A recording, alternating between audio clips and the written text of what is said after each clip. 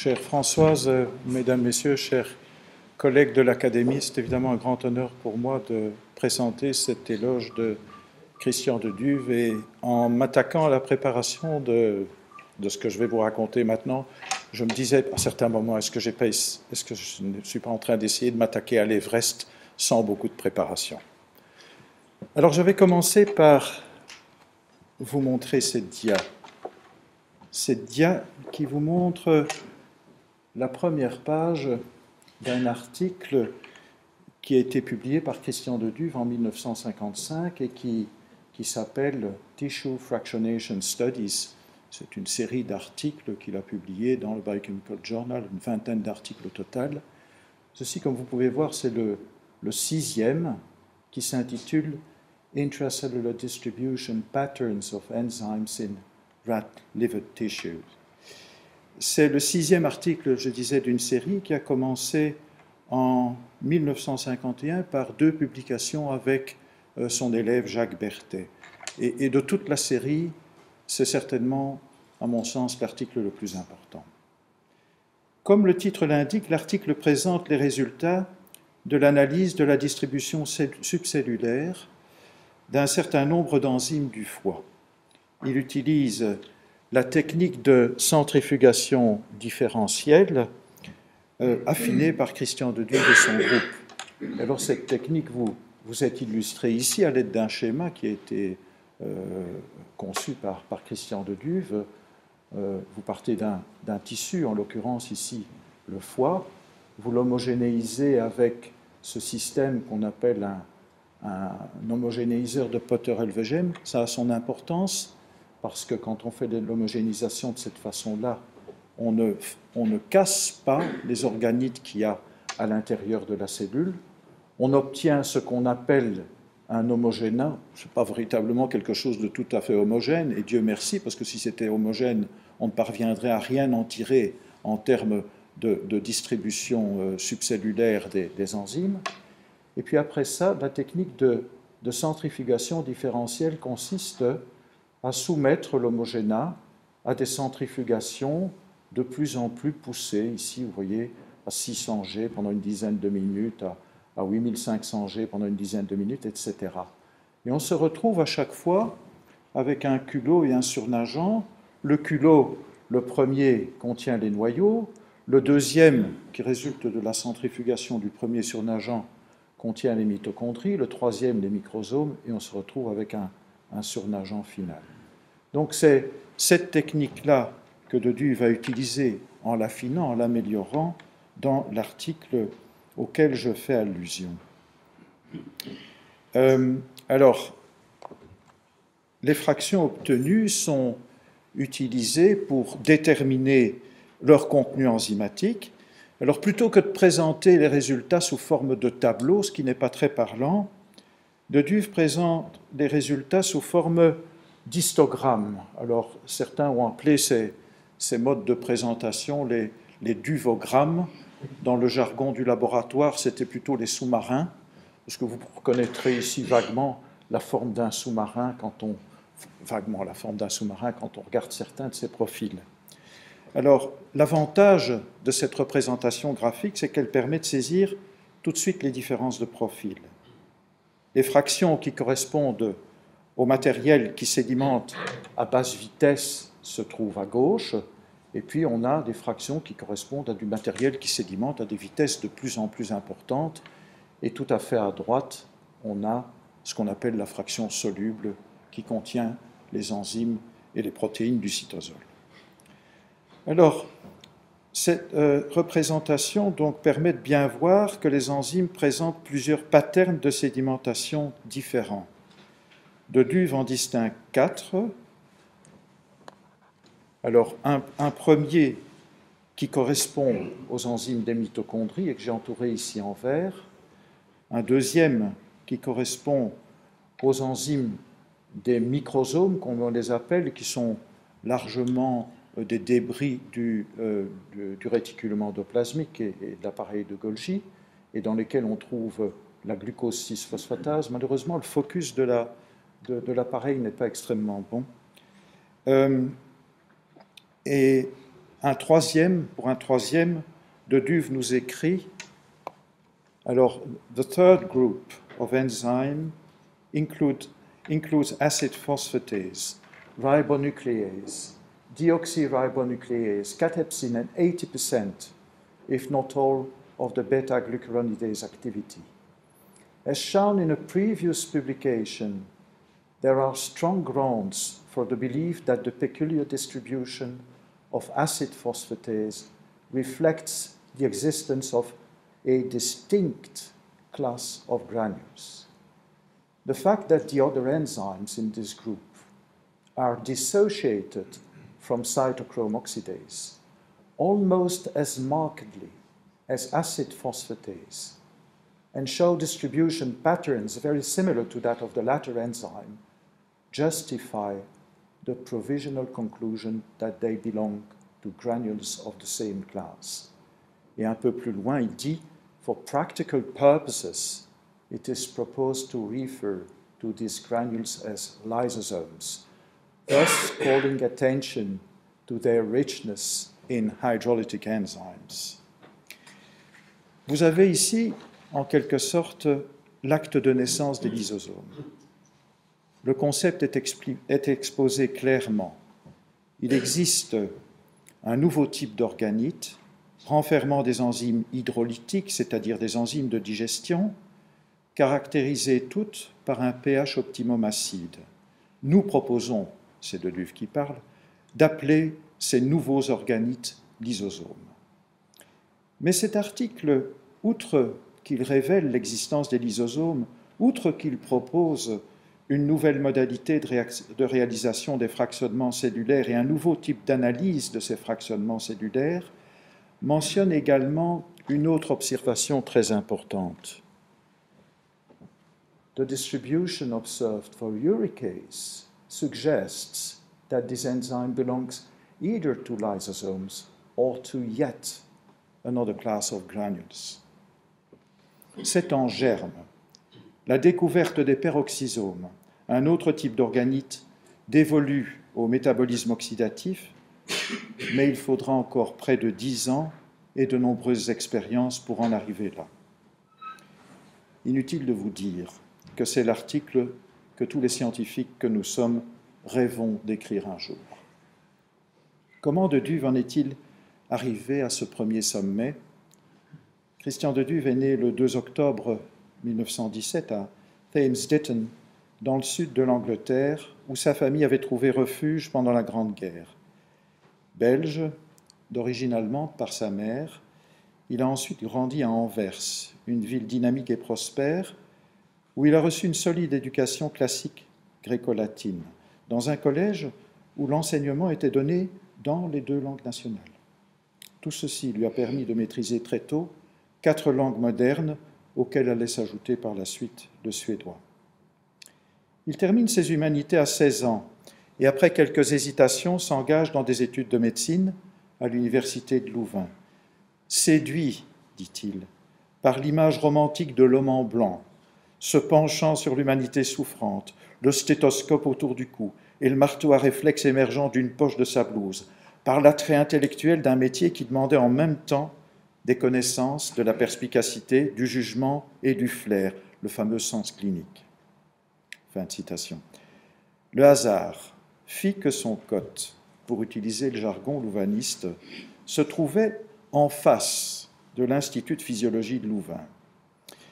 Les études de médecine étaient bien moins astreignantes qu'elles le sont maintenant, les étudiants ayant de nombreux temps libres qu'ils utilisaient plus ou moins bien.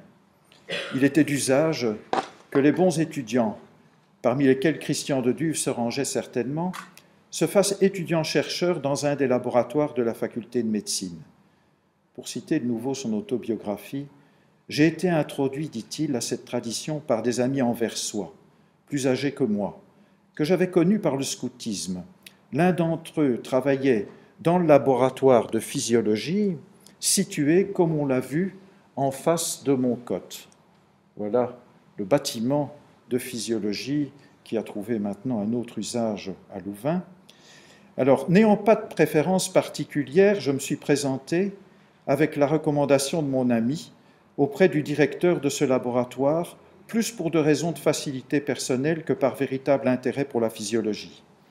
Un pur hasard m'a ainsi introduit, sans que je m'en rende compte, dans le meilleur laboratoire de recherche de la faculté, le seul à peu de choses près qui pouvait se targuer d'un certain rayonnement international. Son directeur, le professeur Joseph Prosper Bouckaert, était un personnage remarquable. Effectivement, un des intérêts scientifiques du professeur Bouckaert était de comprendre les mécanismes permettant le contrôle de la glycémie par l'insuline, sujet que Christian de Duve allait lui-même adopter.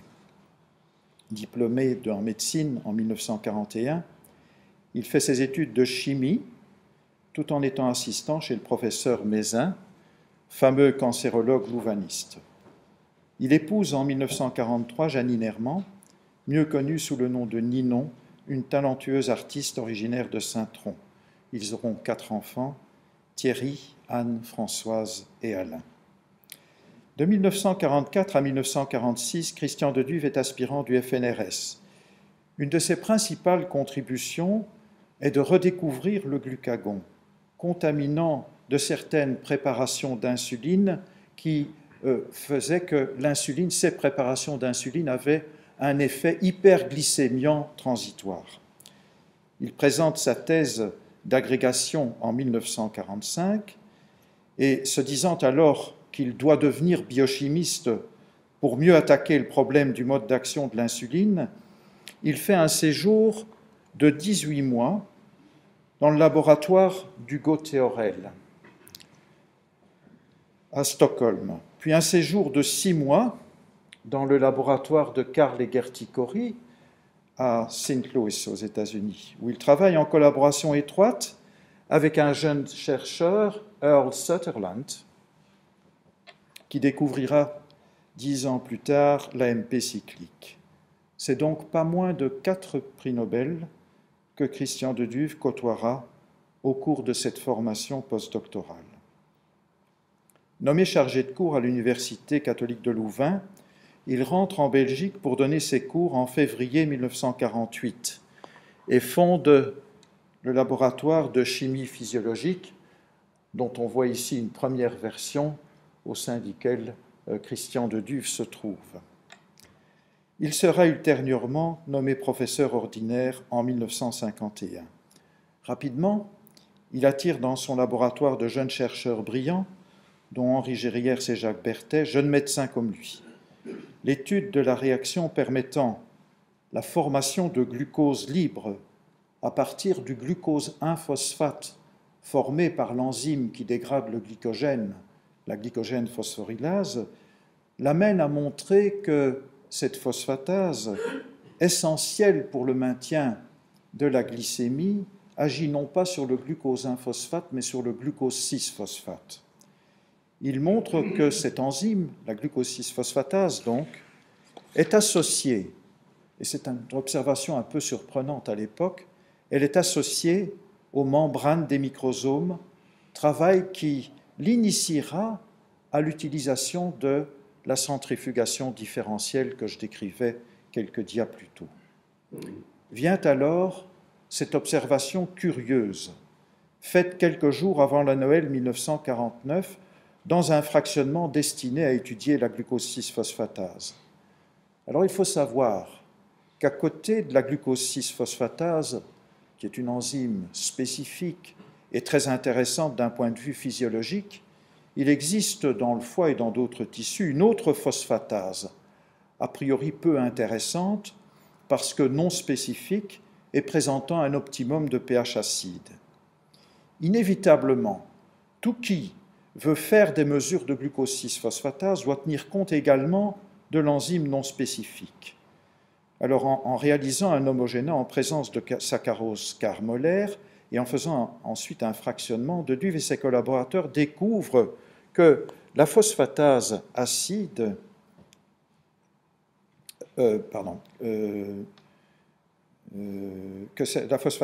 contrairement à leur attente, n'est pas dans la fraction soluble, mais bien dans la fraction mitochondriale. De plus, dans cette fraction, son activité est latente, n'étant véritablement révélée qu'après quelques jours de conservation des fractions au frigo. Alors c'est ce qui vous est montré ici sur un diagramme d'époque, où vous voyez l'activité de la phosphatase acide mesurée le 16 décembre 1949, pour être très précis, et remesurée le 21 décembre 1949 dans les mêmes préparations conservées entre-temps au frigo. Vous voyez que l'activité ici est négligeable, qu'elle augmente de plus de 8 fois lorsqu'on la mesure 5 jours plus tard. Et on voit également l'activité dans les différentes fractions nucléaires, mitochondriales, microsomiales et le surnageant final. Au départ, il n'y a guère d'activité mesurable dans ces différentes fractions, mais au bout de quelques jours, là, dans la fraction mitochondriale, on voit qu'il y a une activité phosphatase acide importante qui est apparue.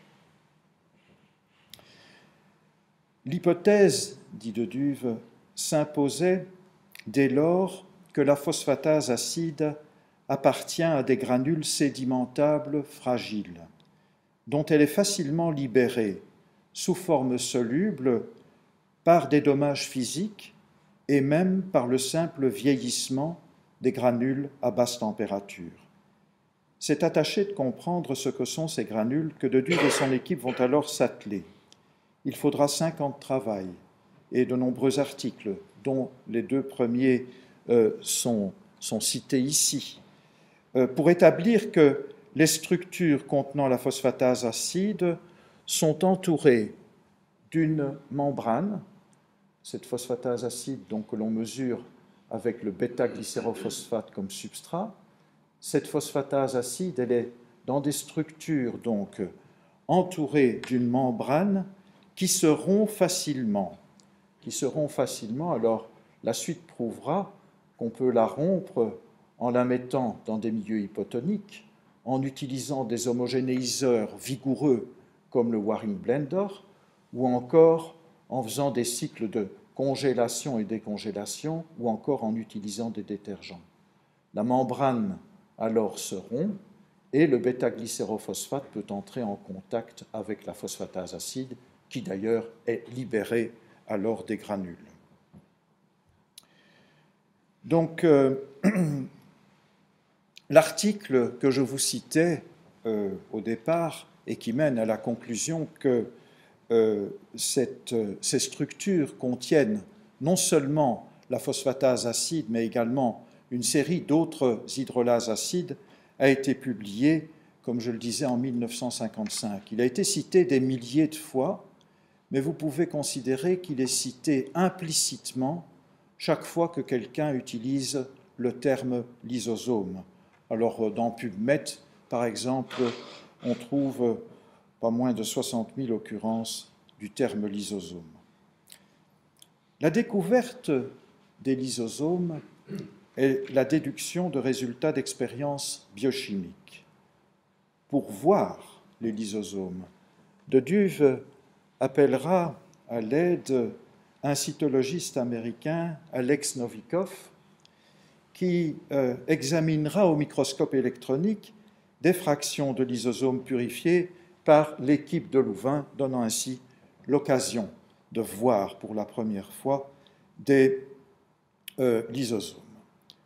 Alors pour en revenir maintenant à cette dernière enzyme dont je parlais au début de mon exposé, l'uricase, dont de Duve soupçonnait qu'elle se trouve dans d'autres organites, il faudra, pour arriver à le montrer, que de Duve et son équipe utilisent une autre technique de centrifugation, la centrifugation isopycnique. Qu'ils fassent l'observation fortuite que l'administration d'un détergent, le Triton WR 1339, provoque par son accumulation dans les lysosomes une modification de leur densité, qui permet alors de les séparer aisément des granules contenant l'uricase. Et un des outils utilisés à l'époque pour réaliser ces fractionnements, c'est le rotor qui a été designé par Henri Beaufailly et qu'on a appelé le rotor de Beaufailly. Il faudra encore trouver que d'autres enzymes qui ont en commun ou bien de faire ou bien de consommer l'eau oxygénée comme la catalase, ont le même comportement que l'uricase. Ou encore faire cette observation, réalisée, si je ne me trompe, par Robert Wattiau et Henri Beaufailly, que la sensibilité de la membrane des nouveaux granules et qui enferme la catalase, la sensibilité de ces granules à la digitonine, qui est un agent qui se lie au cholestérol, que cette sensibilité est extrêmement différente, ceci signifiant que les membranes sont différentes, que les granules sont différentes. La membrane des lysosomes est beaucoup plus riche en cholestérol que la membrane de ce qui sera connu alors par la suite comme peroxysome. Vu leur contenu en enzymes métabolisant l'eau oxygénée, soit la formant, les peroxysomes contiennent de multiples oxydases qui utilisent l'oxygène moléculaire et le convertissent en H2O2 pour oxyder leur substrat, comme la D-aminoacide oxydase. Donc il y a non seulement des oxydases qui produisent H2O2, mais il y a également l'enzyme qui détruit H2O2 et permet ainsi à ce métabolite très réactif d'être désactivé. Donc c'est le concept de peroxysome qui vous est présenté sur cette dia, bien sûr. Alors, et la médecine dans tout ça? Le hasard, qui a fait déjà pas mal de choses jusqu'à présent, se met de nouveau de la partie. Jerry Hersz, premier des collaborateurs de Deduve, n'a pas voulu le suivre dans ses recherches sur les organites intracellulaires, mais il a continué son travail sur le métabolisme des sucres. Après avoir élucidé la voie du métabolisme du fructose, il s'attaque à l'élucidation des glycogénoses.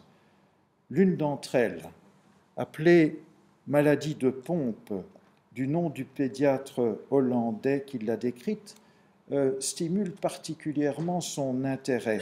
C'est une glycogénose généralisée qui affecte tous les organes et qui fait par exemple que cet enfant est hypotonique. C'est une glycogénose qui s'attaque non seulement aux muscles squelettiques, mais également au cœur, qui donne une décompensation cardiaque assez souvent, qui donne des problèmes cérébraux, qui donne des problèmes qui occasionnent également une hépatomégalie importante.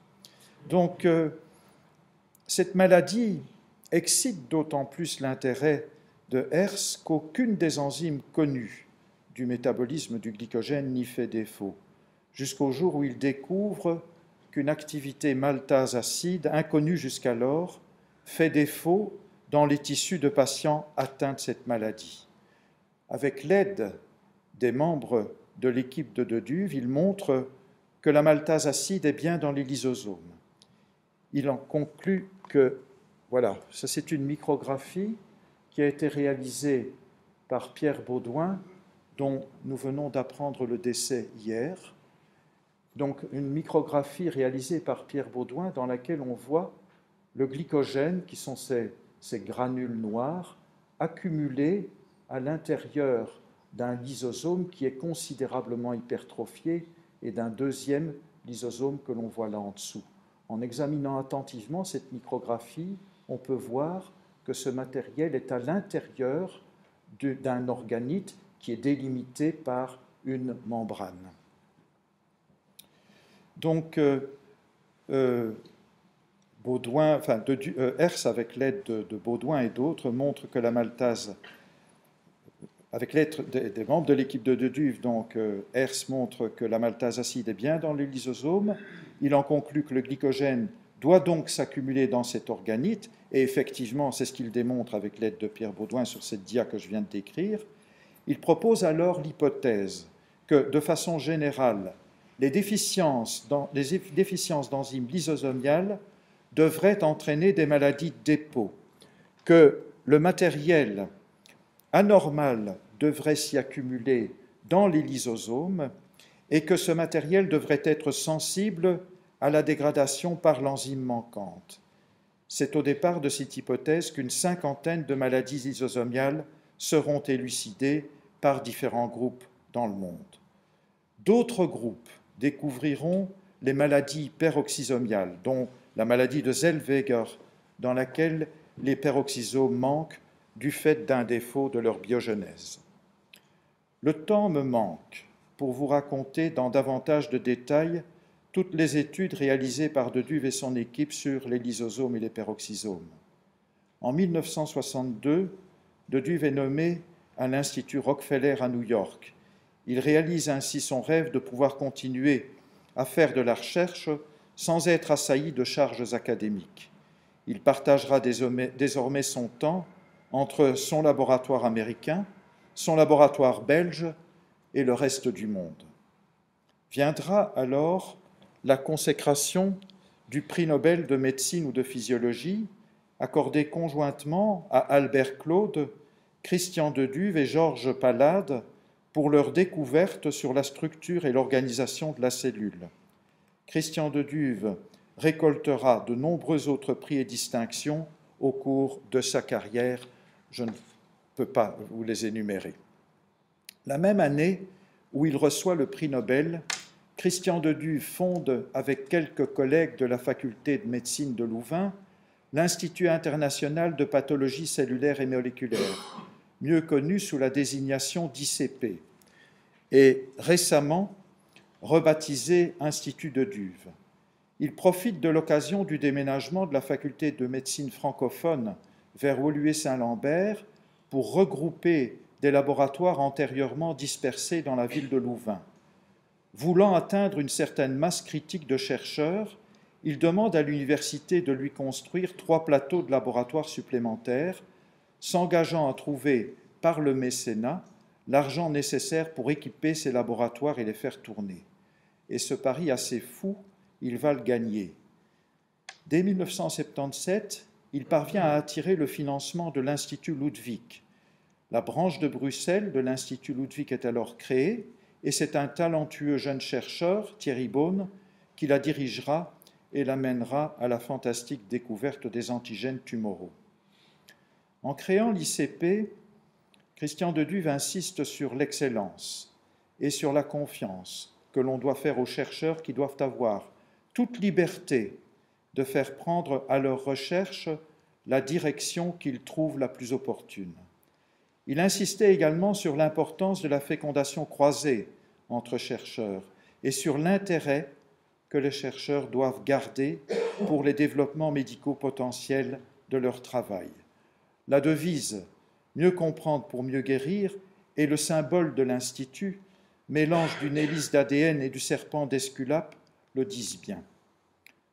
Pour la suite, je me permets de citer un texte rédigé par mon collègue Pierre Courtois.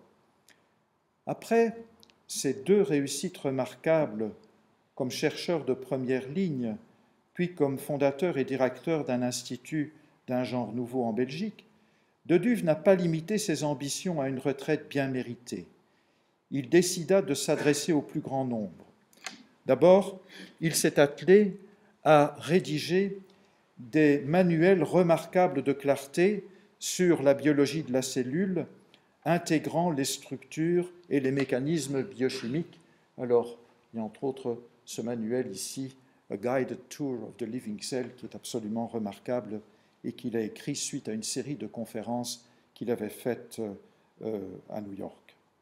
Orateur hors pair, il a partagé son enthousiasme contagieux pour diffuser les connaissances scientifiques et mettre en évidence leur importance dans le creuset de la culture. Ses réflexions d'une grande profondeur se sont focalisées sur l'origine de la vie et l'ont amené à combattre avec vigueur la théorie du dessein intelligent aux implications désastreuses, tout en récusant les visions séduisantes mais réductives sur la vie du regretté Jacques Monod qui disait en somme « La vie est trop complexe pour pouvoir jamais se produire ailleurs dans l'univers ». La réponse de Duve est « Non, si la vie est une évolution avec des milliards d'années devant elle, la réponse est non. » Donc. En effet, De Duve a intégré les leçons de la chimie prébiotique, les observations sur les premières formes de la vie sur Terre et sur les conditions compatibles avec l'émergence de la vie dans le cosmos. Il soutient de façon convaincante que la vie est loin d'être un événement fortuit totalement improbable, donc irreproductible. Au contraire, Parce qu'elle obéit aux lois de la chimie, la vie doit par nécessité émerger lorsque les conditions adéquates sont rassemblées, ce qui doit inévitablement se répéter compte tenu de la durée immense de temps et la multiplicité des galaxies de notre univers. La vie est un impératif cosmique. Il s'est récemment tourné vers les préoccupations de tous les humains sur l'avenir de cette planète fragile entre leurs mains, cherchant à traduire en termes simples les implications de la biologie et montrant à l'occasion son attachement à la jeunesse et sa totale liberté de pensée et d'opinion. Et ceci n'est pas un vain mot. Quel que soit l'aspect de ce destin exceptionnel sur lequel on se penche, tous ceux qui ont eu le privilège d'interagir avec le professeur Christian de Duve ont compris combien ce mélange admirable de liberté intellectuelle, de confiance en soi et de leadership, de travail et de culture, de rigueur dans l'analyse et d'audace dans les synthèses, explique le succès des 3 étapes de sa vie, chercheur, entrepreneur et penseur. Fin de citation. Vous me pardonnerez de ne pas vous en dire plus et d'avoir dû omettre de citer de nombreuses personnes qui ont été associées de très près au travail de Christian de Duve. À vrai dire, vouloir être complet à son propos est impossible. Ce n'est pas pour rien que de Duve a intitulé son autobiographie « Cette vie en une ». À toute sa famille, mais aussi à tous ses collaborateurs, je présente, au nom de l'Académie, mes plus sincères condoléances. Merci pour votre attention. Je